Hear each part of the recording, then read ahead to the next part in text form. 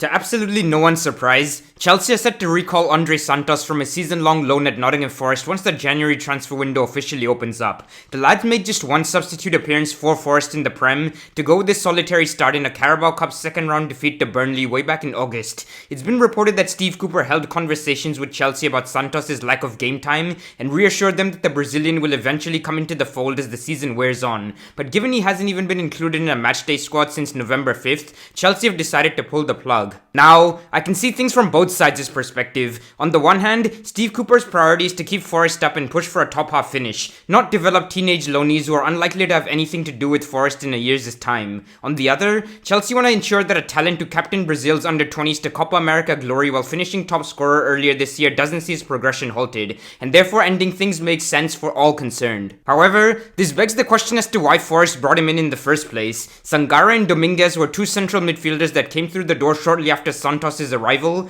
and given how much more experienced the pair are than the Brazilian, it was always going to be an uphill battle for the kid to get minutes. You might be sat there thinking that this is all inconsequential, but it actually has a twofold effect. First and foremost, Forest will have to incur financial penalties for not playing Santos when he's been fit. Needless to say, the amount in question is unlikely to be severe, but it's money going down the drain nonetheless. Secondly, other potential loanees, as well as their parent clubs, may be spooked by this entire situation and avoid signing a short-term deal with Forest in the future. Just to be clear, this isn't a disaster by any stretch of the imagination, but does suggest poor planning, as was the case with Loic Bade, who inexplicably couldn't get a kick at the City ground, but has been flying high for Sevilla. Speaking of poor planning, no one can quite compete with Chelsea under Todd Bowley in that regard. Not only have they signed half the planet's footballers, but also haven't got a fucking clue what to do with them. Caicedo, Fernandez, Gallagher, Ugo Chukwu, and Lavia are just some of the options Pochettino has at his disposal in the center of the park. So quite clearly, Santos hasn't got a prayer of getting minutes. The logical solution would obviously be to send Santos out on loan elsewhere, but that's where things get a little complicated. As things stand, a club is only allowed to send a maximum of 7 players out on loan internationally. So unless Chelsea decide to end Lukaku's time at Roma or Kepa's at Real Madrid, they'll be unable to facilitate a temporary move abroad for Santos. What makes this extra frustrating for Chelsea is that Strasbourg, who they share owners with, are more than happy to take Santos on board, but there's simply no getting around these rules. Whether another English club bites, we'll have to wait and see, but Santos could very well find himself in the same situation again in a couple of months' time,